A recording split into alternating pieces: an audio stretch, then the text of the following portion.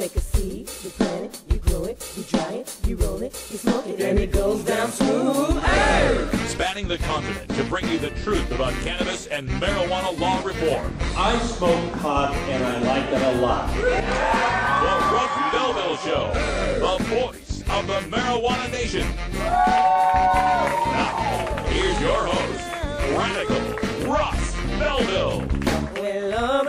Good day, tokers and tokettes and non-toking lovers of liberty. Welcome to the show. It is Thursday, August 21st, 2014, and it's got to be 420 somewhere in the world.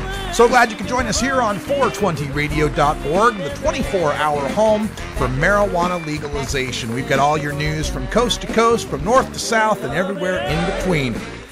All sorts of great stuff on today's show. We are continuing to upload our highlights from the Seattle Hempfest, all the great speakers and activists who appeared there. And on today's show, we got two more speeches for you. We've got Adam Eidinger from Washington, D.C. He's been involved in hemp and marijuana in the D.C. area for a long, long time. We've got his speech up at Seattle Hempfest for you.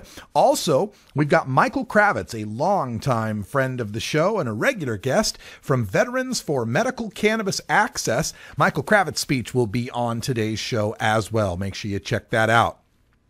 Also on the show today, it is Thursday, and every other Thursday we do our Cops Say Legalized Drugs segment.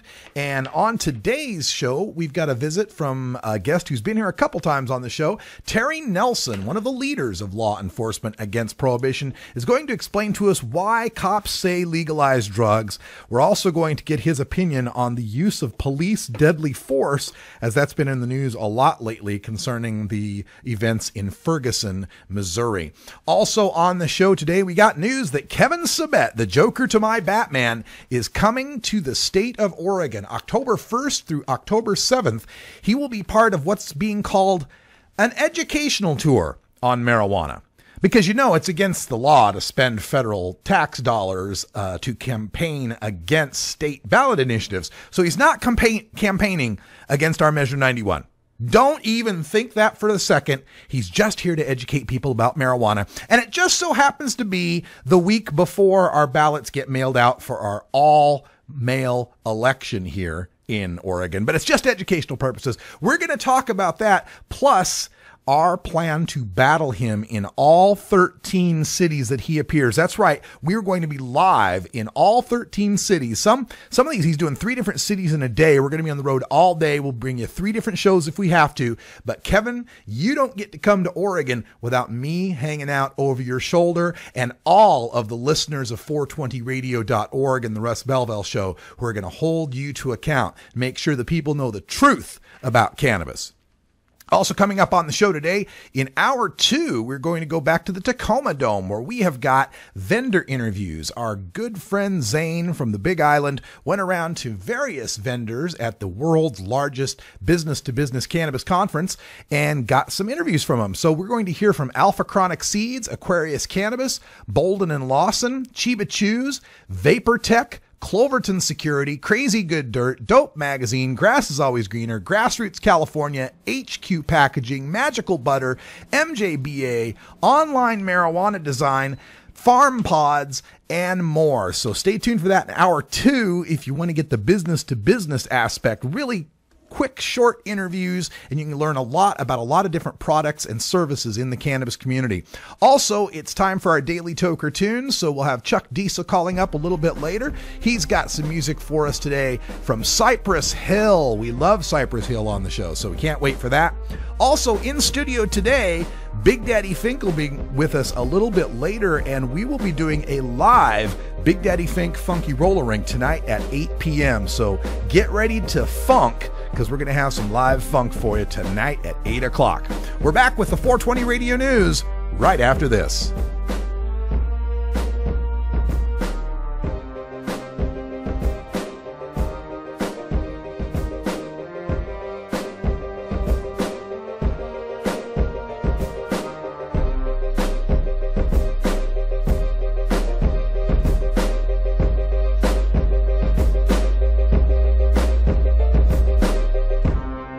You're tuned into the Russ Belville Show, the voice of the marijuana nation. 420 Radio, the world's voice of marijuana legalization.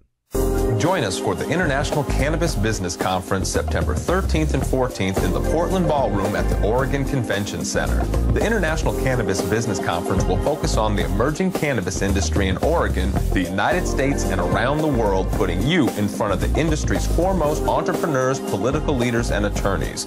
Also showcasing over 40 cannabis-related industry exhibitors, offering VIP lunches and free nightly networking events. Prepare yourself for America's next great industry. The Hollywood Hempfest Hour, replaying Tuesdays at 12 Pacific on... Hi, I'm Richard Harris. I'm the former Director of Addictions and Mental Health for the state of Oregon. Drug treatment and prevention are woefully underfunded right now. Measure 91 will better fund drug treatment and prevention programs. Marijuana isn't going anywhere. We're not stopping it with the war on drugs. You have to remember that marijuana is a pretty benign drug. It doesn't have the usual dependency features of, say, heroin or alcohol abuse. Now, marijuana feeds drug cartels and fuels violence. We can crack down on that.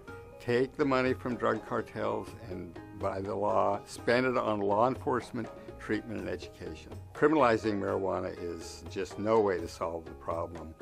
That's why treatment people like me are supporting Measure 91.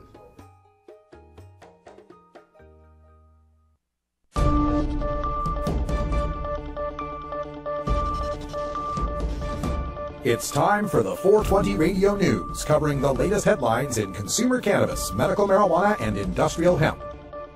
Transcripts of 420 Radio News are available daily on our website at 420radio.org. Now, here's Russ Belville with your marijuana headlines in 4 minutes and 20 seconds. This is your 420 Radio News for Thursday, August 21st, 2014.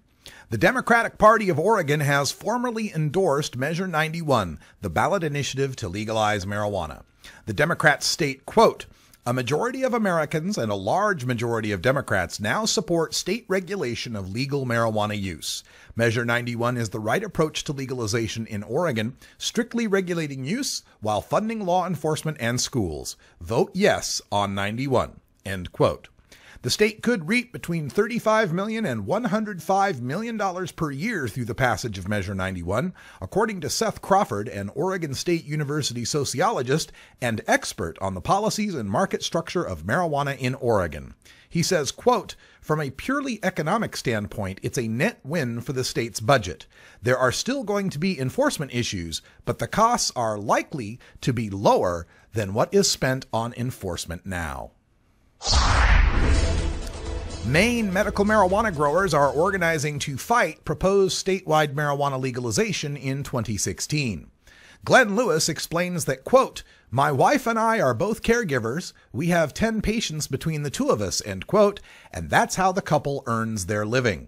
The medical marijuana caregivers of Maine's legislative lobbyist, Paul McCarrier, says statewide legalization, quote, "will have a negative impact on patients in this state," end quote, and that, quote, "patients will be herded into the recreational market and marijuana will be mass-produced," end quote. David Boyer, Marijuana Policy Project's Maine director, said, quote, "Access to medical marijuana in Colorado is better than it's ever been. If it was legal here for all adults, you'd see better access to medical marijuana, better quality, and medicine that's more affordable," end quote. However, in Maine, as in California in 2010, Washington and Colorado in 2012, and Oregon in 2014, the only marijuana users to support maintaining criminal prohibition are those already protected from it who currently profit from it.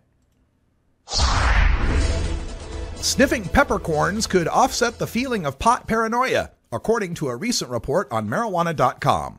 There have been anecdotal reports by patients in Canada that chewing or sniffing peppercorn seems to relieve paranoia, an effect researcher Ethan Russo suggests could be the result of terpenes found in pepper. Micrine and alpha-pinene, as well as the terpenoid caryophyllene, are found in pepper and cannabis. Micrine is an analgesic and anti-inflammatory, pinene is a bronchodilator, and beta-caryophyllene helps dementia, anxiety, and depression.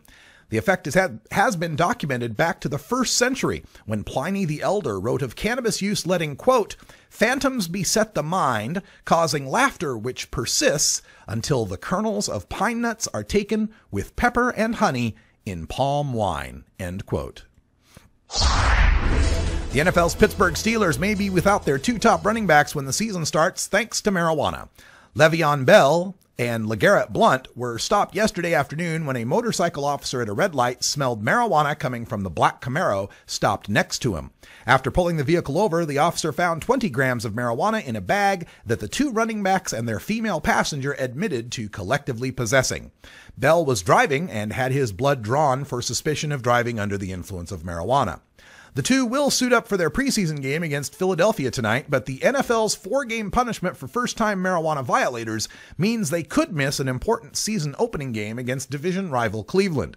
The last Steeler to run afoul of marijuana prohibition, Santonio Holmes, was suspended by the team without pay for the next regular season game. Democratic candidates for governor in Massachusetts sounded off about the legalization of marijuana on Wednesday. Martha Coakley, the attorney general leading widely in the polls, was non-committal on whether Massachusetts should legalize pot, saying, quote, I know the issue is coming, end quote, but deferring any official stance until she evaluates how legalization in Colorado and Washington has worked out. Outsider Don Berwick was similarly without opinion on legalization, and only State Treasurer Steve Grossman was willing to say he was open to full legalization. This has been your 420 Radio News for Thursday, August 21st, 2014. You can get 420 Radio on the go with our Shoutcast stream for all internet-enabled media players. Go to rad-r.us/420shout or just click the Shoutcast icon below the live radio feed at 420radio.org. The International Cannabis Business Conference takes place September 13th and 14th at the Portland Ballroom in the Oregon Convention Center in Portland, Oregon. Featured speakers include Oregon Senator Floyd Przansky, U.S. Congressman Earl Blumenauer, Daily Dish blogger Andrew Sullivan, author Doug Fine, and Harborside CEO Steve D'Angelo. To learn more, visit our website at internationalc.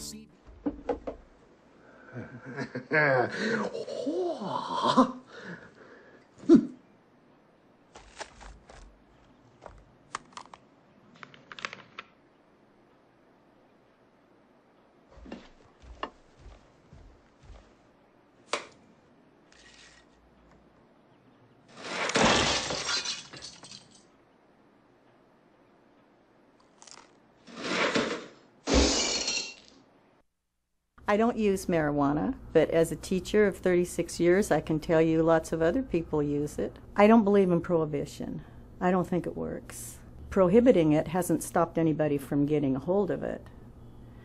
I would like to see it regulated so that maybe kids can't get a hold of it so easily. I know they get a hold of it now very easily. I support a new approach to marijuana. I support legalizing it. It's with us. It's not going to go away. And if we can get money through the taxation, we can also educate our kids about it. That's why I support it.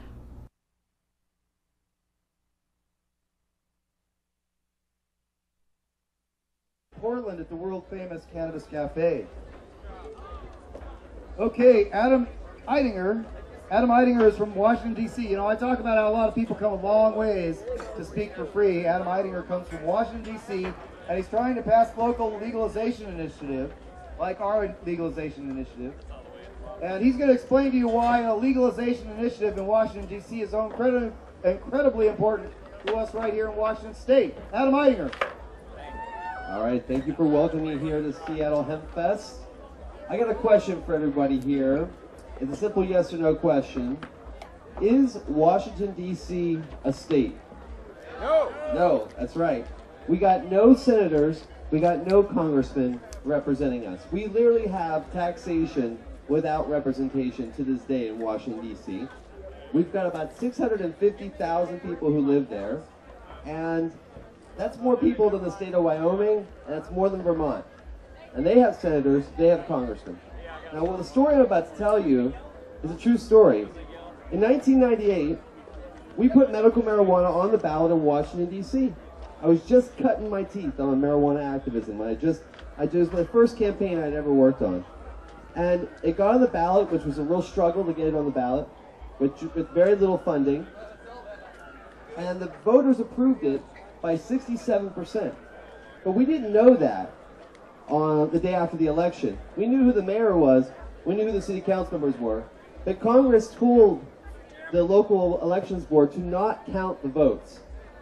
And for almost a year, it had to be litigated, till finally a high court said, no, count the votes and release the information. And it turns out it passed with overwhelming support.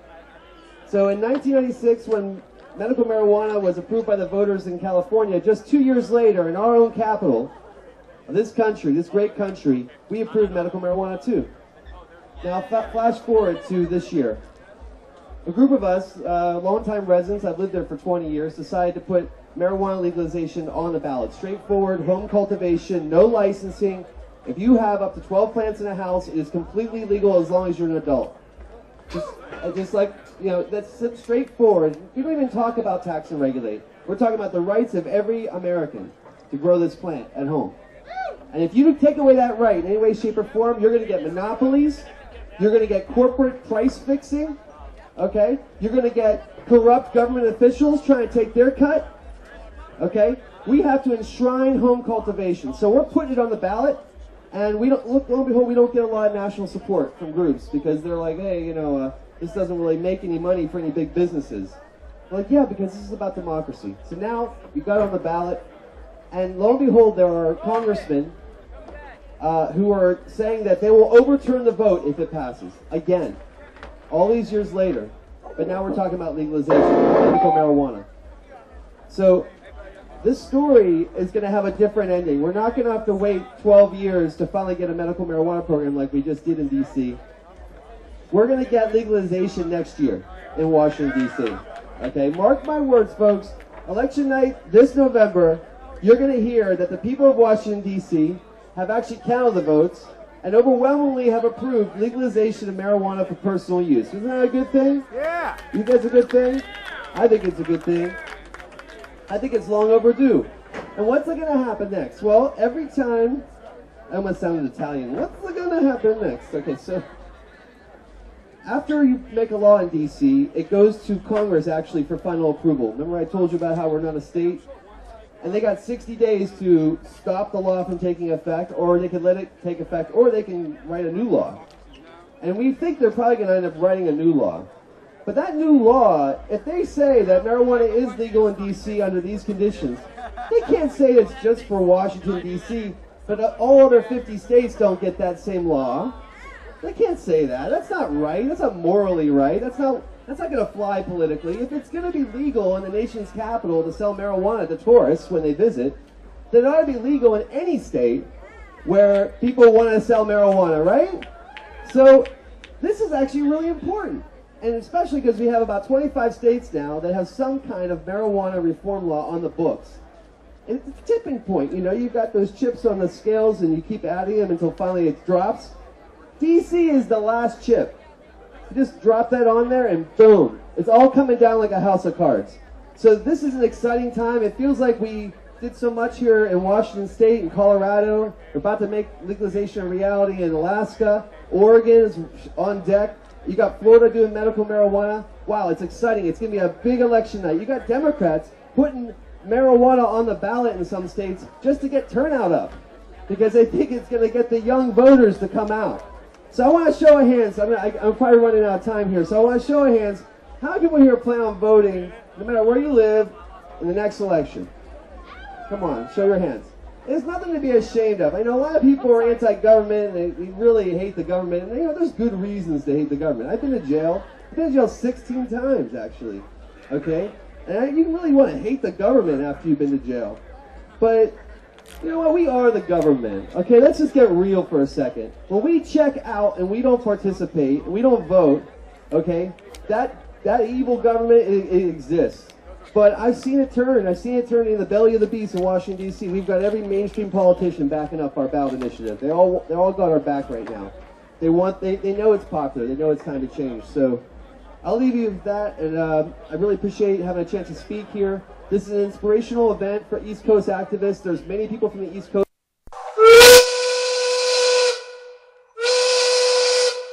Oh, I could have smoked that pot. All right, the factory whistle has sounded. That means it's 4:20 in America's cannabis capital of Denver, Colorado, and all throughout the Mountain Time Zone, where I was born in beautiful Nampa, Idaho. So my biological clock tells me that it's time for a safety meeting. We'll be back with Michael Krawitz at Seattle Hempfest and Veterans for Medical Cannabis Access after this.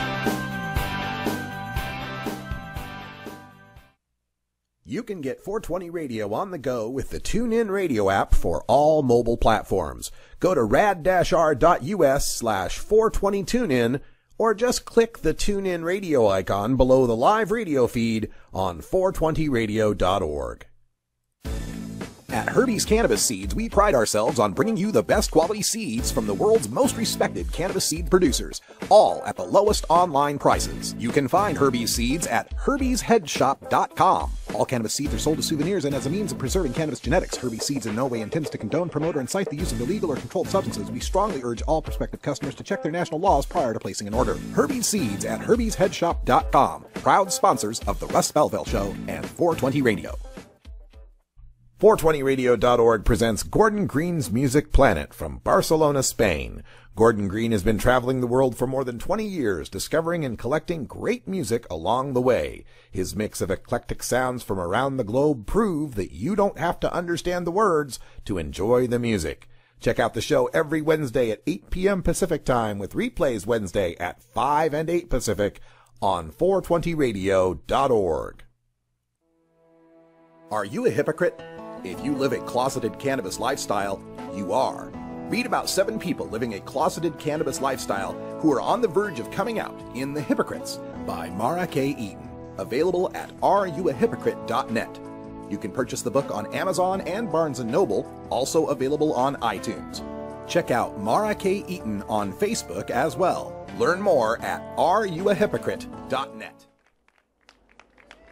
Yeah, Doug Fine. An amazing, powerful speaker. However, I'm on the speakers committee, and I introduce a lot of speakers.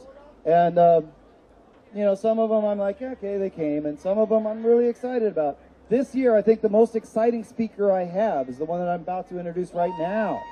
Right now, we're going to have Michael Krawitz.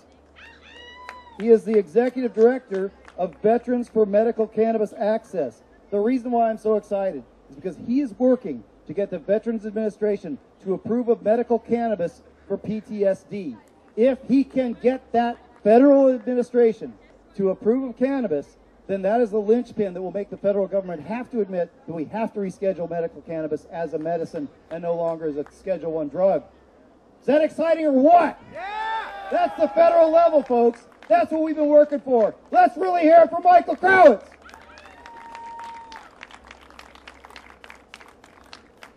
Thanks, everybody.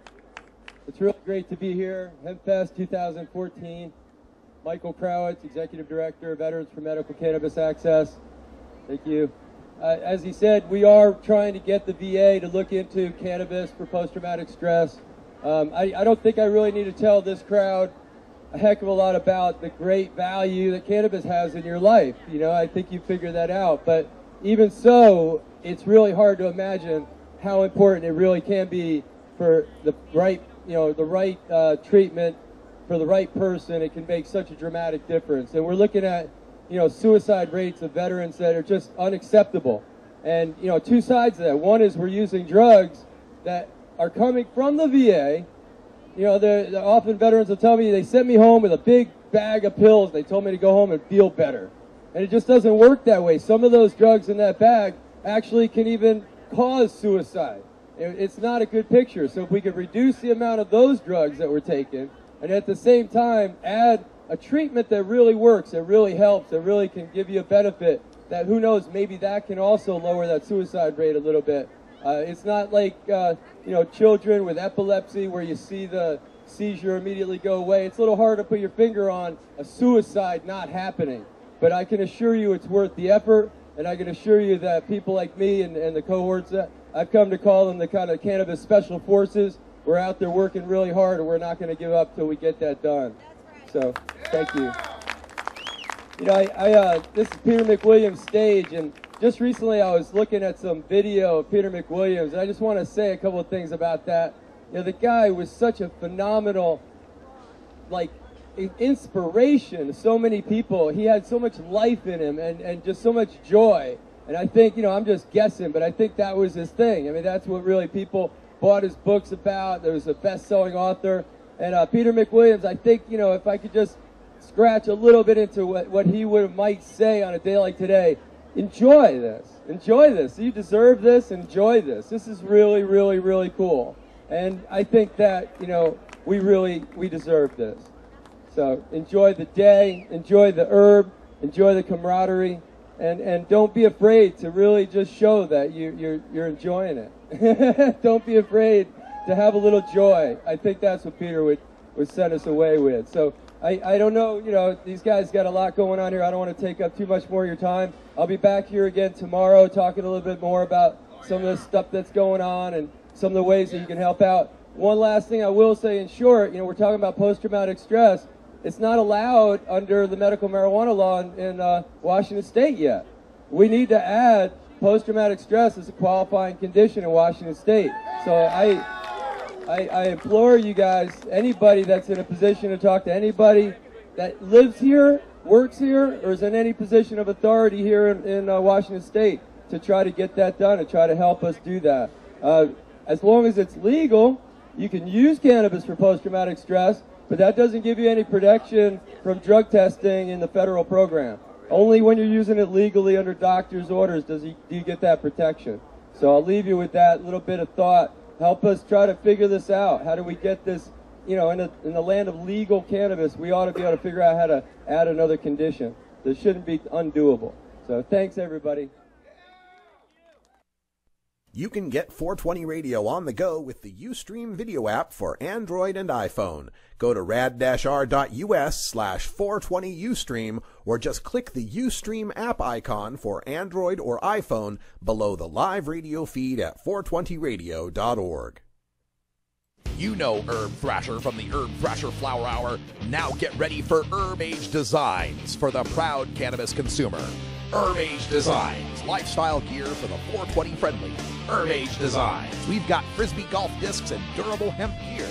Herb Age Designs, we've got shot glasses, drinking glasses, coffee mugs, and beer cozies. Check us out on Facebook and online at herbagedesigns.com and follow Herb Age and Herb Thrasher.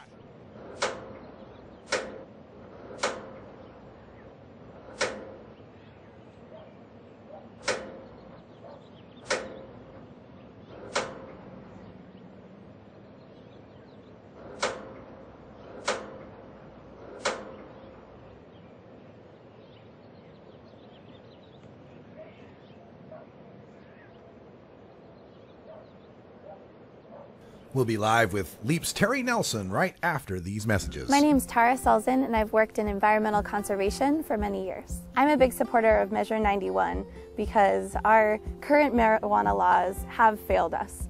We have the opportunity this fall to vote to support legalizing, taxing, and regulating marijuana in Oregon. There are many obvious reasons for reforming marijuana here in Oregon.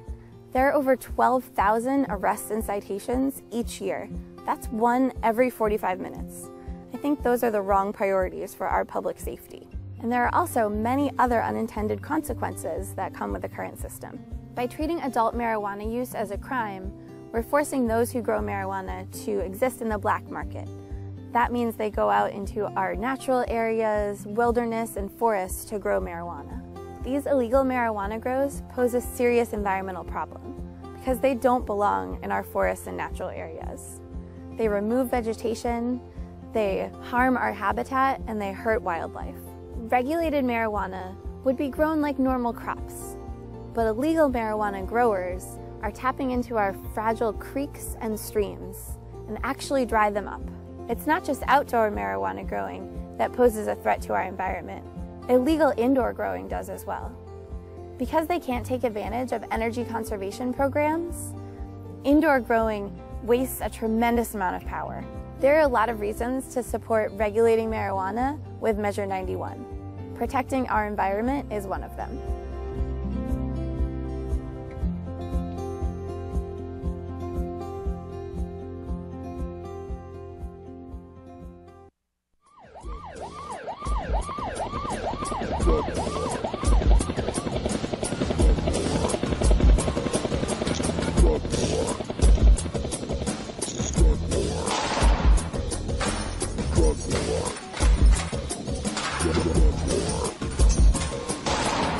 One of the most disturbing elements of the Prohibition War is how it's made police the enemy of otherwise law-abiding cannabis consumers. Fortunately, one group of police officers knows the futility of prohibition and reaches out to educate the community and current law enforcement. Today, the Russ Belville Show visits with another speaker from Law Enforcement Against Prohibition with one clear message: cops say legalize drugs. Welcome back, everybody. 31 after the hour, and we're joined on the telephone by Terry Nelson, a board member with Law Enforcement Against Prohibition. Terry, how are you today? I'm well, Russ. How about yourself? I'm fantastic. Glad to have you here because the headlines that are going on over the past couple of weeks make Leap guests some of my favorite people to have here on the show to give us a little bit of perspective. And that, of course, would be what we've seen going on in Ferguson, Missouri, where there's been finally some awareness of militarized policing. It's something those of us in the drug war have been quite familiar with. And I just wanted to get your take on what's happening in Ferguson and how the war on drugs may or may not have contributed to that. Well, of course, you're right about the militarization started back in the 1990s. I don't agree with the heavy-handed police tactics that are being used there. There's much better ways. And I say this, I was trained in riot control and served on some teams, and we certainly didn't do business that way. You know, we didn't use the heavy hand of the police. We went out amongst the people and tried to keep them calm and calm them down instead of lining up with clubs. Now, there were times when you had to do that, but it had to get really violent before we do that. I'm completely against it, and like I said, I was on a team early in the 90s when they started issuing us all this equipment, and we would take everything they would give us and then run around acting like little soldiers. And as I recall back, that's when we quit knocking on the door, just started knocking them down first. Because up to then, we just knocked on the door to serve warrants. It seemed to work pretty good. Yeah, I mean, how did you ever manage to serve any warrants to anybody without breaking their doors down? It's amazing. Terry, we just found this amazing piece written on Substance.com from one of your board members, Diane Goldstein. Take it from a cop, the drug war poisons community policing. And I'm wondering if you give us some perspective on that idea of how the trust has been eroded between especially communities of color and police due to the drug war. Well, and when most crimes are committed, of course, I agree with Diana 100% on that article. When most crimes are committed, it's crimes against other people, like murder. You don't kill people you don't know, generally speaking, unless it's a contract killing, of course. So people are usually willing to help you solve the crime when it's a crime against another person, place, or thing. And to quote President Reagan, he once said that government exists to protect us from each other. It fails when it tries to protect us from ourselves. And that's what the drug law does. It tries to tell us what we can do to ourselves. And then the police can't get any help because no one really cares what you're doing to yourself except the police. So they have to then use informants, and they have to arrest somebody and then hold something over that guy's head to make him inform on his friends to keep him having to go into jail or prison. And it just tears up the structure of our society because it erodes the trust among friendship groups and stuff.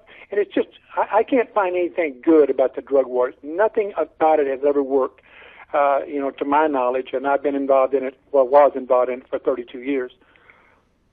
You know, in reading this article, I got to learn a little bit about Sir Robert Peel, who I'd never heard of before, but apparently he was the father of policing from all the way back in the 19th century and had these principles that he set out, 9 principles of policing. And here's one of them, quote, "The power of the police to fulfill their functions and duties is dependent on public approval of their existence, actions, and behavior, and on their ability to secure and maintain public respect," end quote. So with public support of the drug war hovering in the single digits, like 7% last time I looked, how is it that police are able to maintain this overwhelming support on their side for the drug war? They make a lot of money out of it. I mean, that's in a nutshell, it's a money-making machine. You know, you arrest somebody at 3 o'clock this afternoon, or, well, let's make it a little later because you work at evening shift at 10 o'clock at night. The next day you go in to court and you testify, you know, about the preliminary hearing about this guy, and you get 3 hours of overtime. So it's a money-making machine for the cops. And, of course, what they can steal from you, theft by badge, taking your property and stuff without benefit of your day in court, it's all a money-making machine. There are some police agencies making, you know, hundreds of thousands of dollars a year off of seizing people's property, or basically stealing it from them, and it's wrong. So Sir Robert Peel had it right, because the ability of the police to perform their duties depends entirely upon the public approval of police actions, and that's true. And I think that our police nowadays have forgotten who they're supposed to work for. I think they believe they work for their sergeant or their captain instead of the people that they're policing, because they police us with our consent. We can change that through law, of course. I'm not talking civil disobedience, through the law, to make them become what they're supposed to be again. Work on the city council, work on the county commissioners that allow this stuff to happen, that hire these police chiefs that permit their officers to police in this manner. And we can fix it. It's not that big a fix if we just, you know, settle down and do it. Yeah, we would love to see that happen. We're speaking with Terry Nelson from Law Enforcement Against Prohibition, and he's one of many speakers that are working with law enforcement prohibition, law enforcement professionals, cops, prison guards, prosecuting attorneys, and many others who will speak. They'll come to your local area and they will speak to your club or organization and give you their perspective from the front lines on the drug war. Check out leap.cc to learn more about that. Now, Terry, with respect to this law enforcement trust, there's another shooting that went down in St. Louis, and this time we were told that police had to gun him down because he was crazed and holding a knife over his head and was 3 to 4 feet away from the cops. I just saw the cell phone video that was released that showed this guy had his arms down and was 15 feet away. How hard is it going to be to get the police trust on reforming the drug war when we can't even get them to accurately portray what's going on in officer-involved shootings? And would you recommend maybe the use of body cameras or something to help document this stuff? Well, I think that's probably what we're going to have to end up doing, because there's just way too much of this anymore.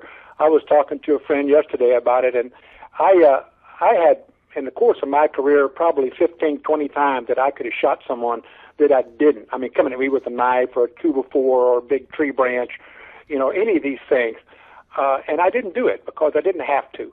You know, I used officer presence, and I stayed away from the guy long enough where I could talk him down, or, you know, get a chance to put in a quick punch and take him down and then jump on him and you know, cuff him up. But I only had to shoot one person in my career, and that guy was shooting at me first. So you can do it, but shoot someone like, if the videotape, and I'm very reluctant to jump in on these videotapes because you really can't see enough, but the guy was quite a ways from him when they shot him, and it wasn't necessary. There's 2 of them, one of him. There was absolutely no reason to shoot this person in my book. If I can't take a knife away from a guy like that with a partner working with me, then I don't deserve to carry that badge, I don't believe. Wow, I love hearing that from you, Terry. Thank you so much for that. And, you know, it's something that is shocking. We see statistics come across in these Facebook memes, for example, that the police in Germany, the entire country of Germany, shot 83 bullets and shot 3 people total, like an entire year, while we have, you know, hundreds of these shootings that go on in America. What are we going to have to do to change that? Well, we're doing one of the things that has to be done now is we're shining the light on it. I heard some politicians, 2 senators specifically, speak about the militarization of our police. We just have to change that mindset. And it's going to start with hiring the police chiefs, electing the sheriffs, and replacing the current training officers in these academies, because they're training people the wrong way. Like I say, we spent too many years in self-defense classes learning how to disarm people and shoot with the last resort.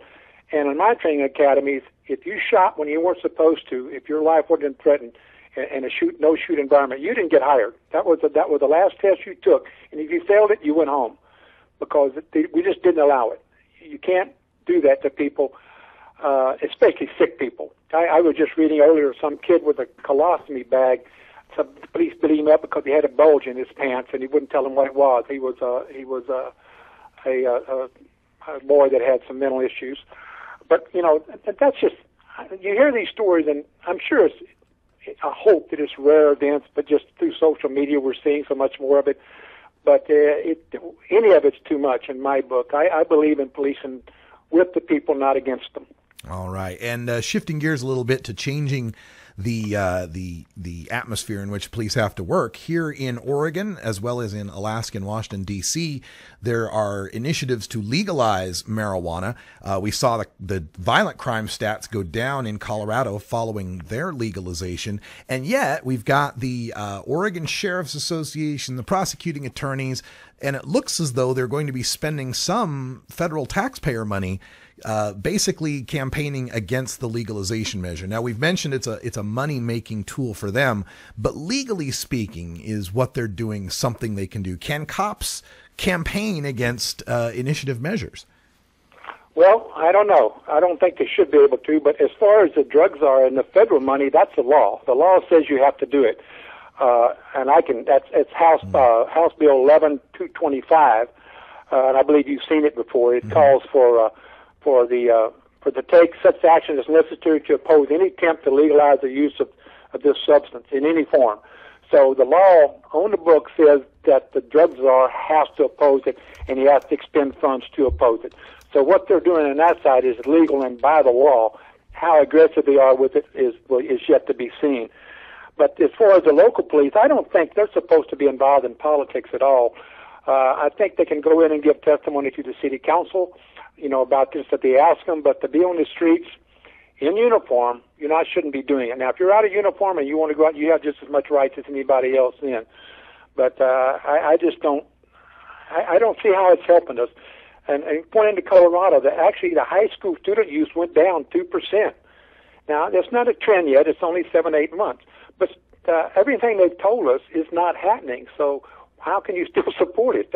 Unless you're just making so much money off of it, and the pharmaceutical companies are just can't stand the thought that they might not be able to sell as much OxyContin next year because people might self-medicate or use cannabis as a sleep aid. Good points. Terry Nelson from Law Enforcement Against Prohibition. The website is leap.cc. You can follow him on Twitter at Cops Say Legalize, and it's a great organization. I encourage everyone to support him. Terry, thanks for joining us again. Can't wait to see you next time. Thank you, Russ. Have a good one. All right, you too. When we come back, we've got the anti-drug PSA of the day, followed by a radical rant. The Joker is on his way to Gotham, and Batman stands at the ready. Kevin Sabet coming to Oregon. That's the radical rant right after this.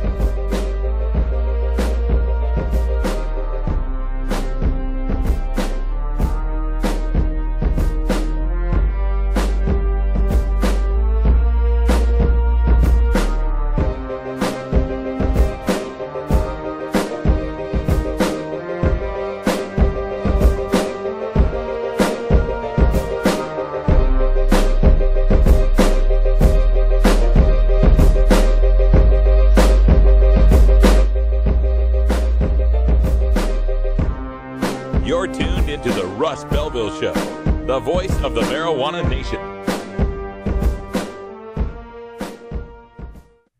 420 Radio is 24-hour marijuana legalization radio. At Royal Queen Seeds, we've got premium feminized cannabis seeds, including auto-flowering varieties for the medical cannabis user. We've got bulk shipments available and new CBD oil. Plus, we accept payment in Visa, MasterCard, and Bitcoin, as well as other methods. Check out our website at royalqueenseeds.com for more information. We are located in the Netherlands, and we have online grow experts ready to help you now at royalqueenseeds.com.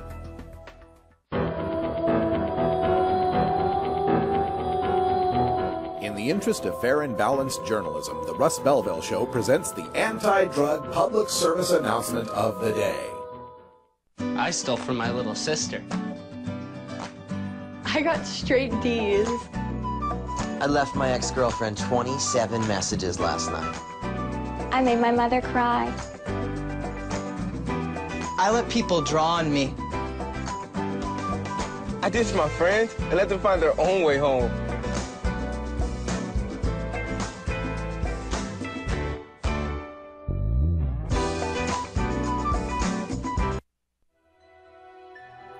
This has been the anti-drug public service announcement of the day. To cure this sort of reefer madness, listen to the Russ Belville Show every weekday on 420radio.org. I'm Radical Russ Belville, and I want to thank you for listening to 420 Radio. We couldn't survive without you and our sponsors, and I'd like you to check out one of our prime sponsors, the National Cannabis Coalition. I've been working with NCC since June of 2012, and I'm proud to be part of the team they have assembled. National Cannabis Coalition is building the partnerships with reformers, lawmakers, and industry we need to be successful. Visit the National Cannabis Coalition website at nationalcannabiscoalition.com or the easier-to-remember ncc420.com. That's where you'll get the exclusive first look at my radical rants, as well as informative articles from the nation's top cannabis pundits. Visit ncc420.com today, and if you have your phone handy, text Russ to 420-420 to support NCC and 420 Radio. It's a free text message that helps us help you end adult marijuana prohibition. Learn more at ncc420.com, and thanks for supporting independent marijuana legalization public radio.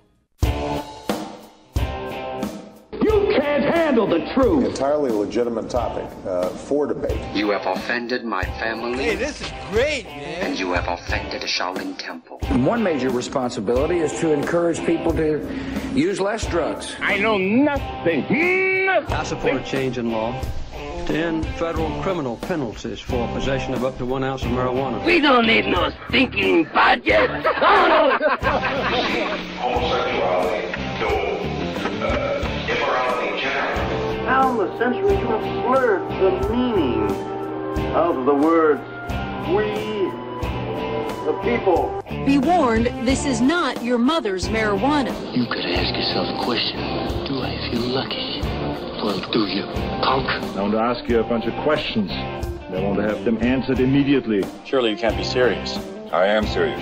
And don't call me Shirley. Radical Rant. Welcome back, everybody. 47 after the hour, and the big news today here in Portland, Oregon, was this announcement that I got through Willamette Week yesterday, one of our weekly papers, and also was covered in the Oregonian today, and that is that the quarterback of the anti-legalization movement, as Rolling Stone calls him, Kevin Sabet, is bringing his roadshow to Oregon.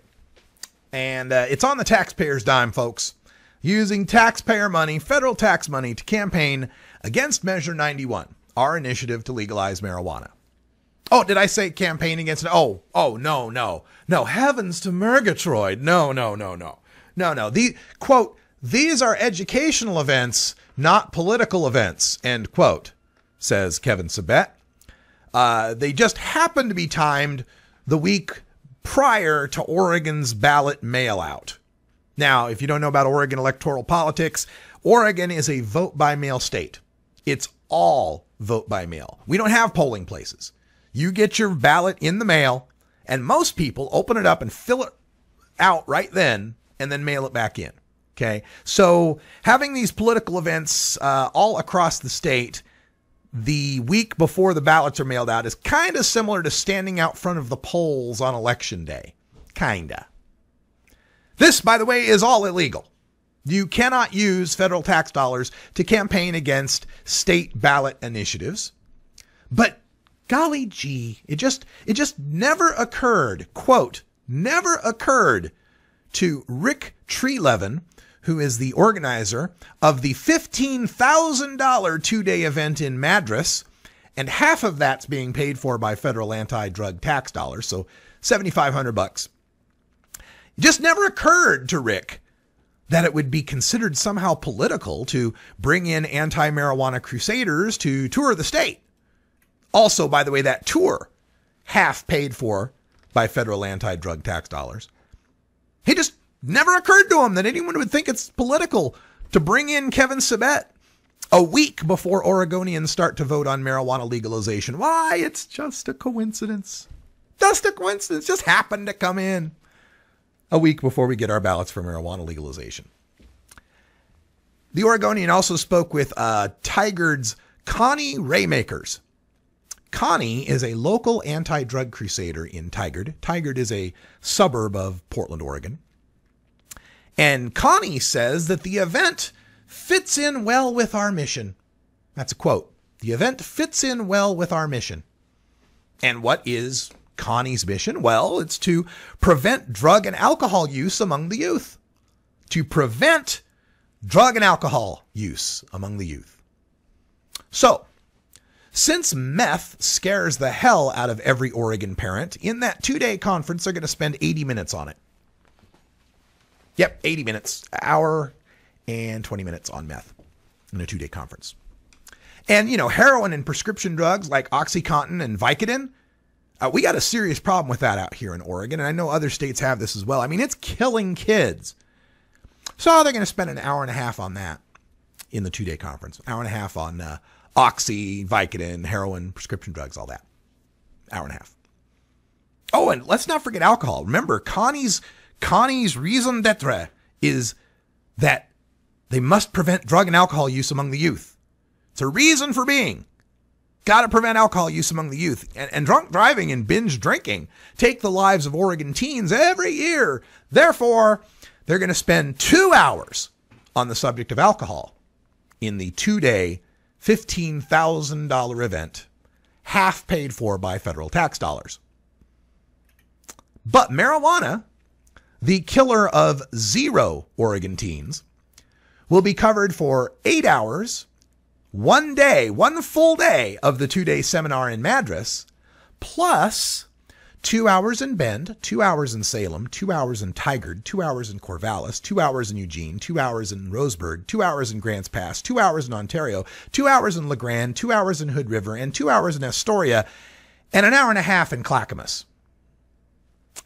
That's 10 minutes short of 5 hours on drugs and alcohol in one city versus 31 and a half hours on marijuana in 13 cities. But Connie, the Tigard anti-drug lady, says, quote, "We aren't there to sway voters," end quote.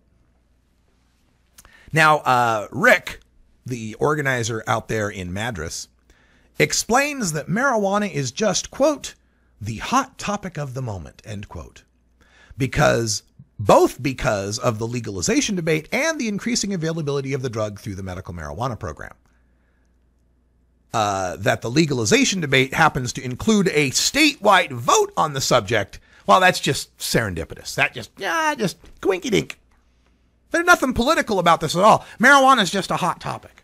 And we want to make sure that we inform people about marijuana, this hot topic that people are talking about legalizing. But don't take that to mean that we're campaigning against legalization. You're free to vote any way you want to. If you want to vote to legalize the deadly dangerous drug that's 6 times more addictive than the 70s and leads 1 out of 6 kids and all the bullshit they'll tell you, why, you go right ahead.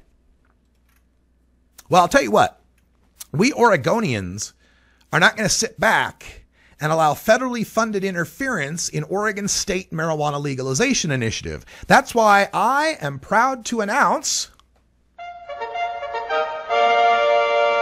the 420 Radio Kevin Sabet Oregon Marijuana Education Tour that in no way should be construed as using federal taxpayer money to campaign against State Ballot Measure 91 to legalize marijuana.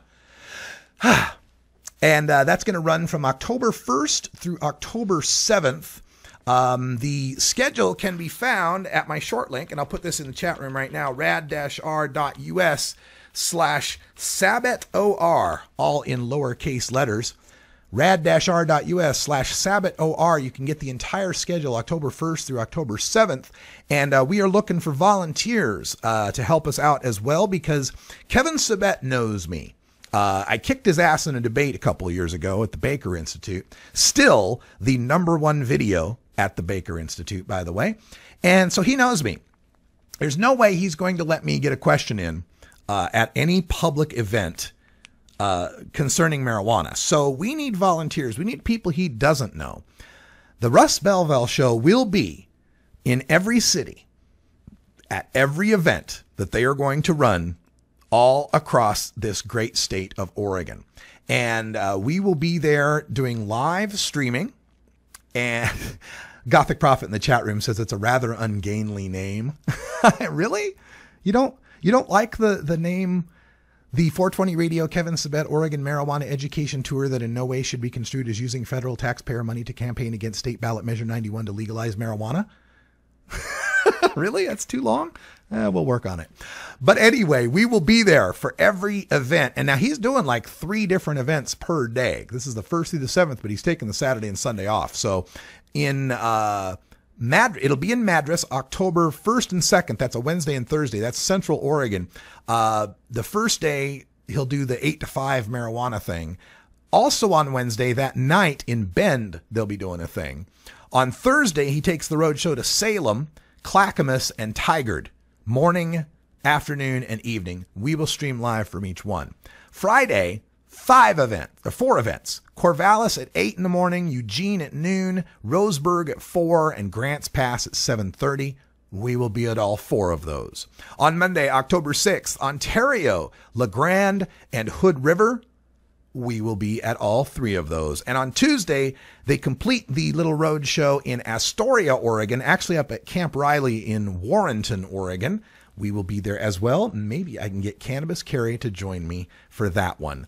But we will be there for all of those, and we need your support to make this as impactful as possible. Please, if you can, and you've been waiting to become a VIP member of 420 Radio, this would be the time to do it. We're going to need lots of gas money and some food on the road. So please sign up at 420radio.org/VIP for as little as $4.20 a month, automatically deducted via PayPal. You can help support our mission to expose the growing truth about cannabis and to call these people into account, these Kevin Sabets, these anti-drug, anti-marijuana people. We will hold them to account, but we need your help to do so. Become a VIP, and if you don't want to do a monthly donation, we'll take a one-time donation as well. Same website, 420radio.org/VIP. You can make a one-time donation via PayPal. Also, thanks to our listeners at 420 Radio and one very, very special donor, we will have a pro Measure 91 ballot statement submitted to the Oregon Secretary of State this week. And your voice will be heard by all the Oregon voters who get that mailed to them with their ballot. So we will have the pro argument coming up. Big thanks to our listeners for supporting that. And again, thanks always to our listeners for supporting 420radio.org and the Russ Belville Show. It's just going to get bigger and better, folks. And Kevin Sabet, if you're out there listening, I'm on your tail, pal. I'm always over your shoulder. Wherever the Joker goes, the Batman will be there. I will be sure to counter every bit of obfuscation, half-truth, distortion, and lies that you try to foist upon my fellow Oregonians. You are not going to mess this up. We are going to stand up to you. We're going to show everyone the moral entrepreneur that you really are. You shill for big rehab. You shill for big pharma. You shill for big prisons. We know who pulls your strings, and nobody believes that you're a volunteer anymore, Kevin. We know that you're using volunteer much like Bill Clinton used the word is. It depends on how you define it. And you're not fooling anyone, Kevin. We're going to be there every event. My people are going to be in the audience with hand-prepared questions by me, fresh every day, new questions at every event, questions that will force people to question exactly who the hell you are and why the hell they should be listening to you. Questions like, why should we be afraid of big tobacco when teen smoking has dropped to its lowest levels ever, despite the fact that it is available for 18-year-olds? How did that happen? And why would legalizing for 21-year-olds turn out any differently? We'll have all sorts of questions like that ready for you. We're going to plant you all throughout the audience. Kevin Sabet's going to get laughed out of this state. It's all the time we got for hour 1, but stay tuned for hour 2. We'll show you what big marijuana is. You know Kevin Sabet's fear of big marijuana? We got some big marijuana people coming up in the next hour, Kevin. Check them out. They're really, really scary people. Oh, the fear. For everyone here at 420radio.org, I'm Radical Russ. Thanks for joining us, and until next time, take care of each other, tokers. This is the Russ Belville Show. The Russ Belville Show is blogging and podcasting daily at radicalruss.com. Take a seat and plant it, it, you try it, you roll it, you smoke it. You take a seat, you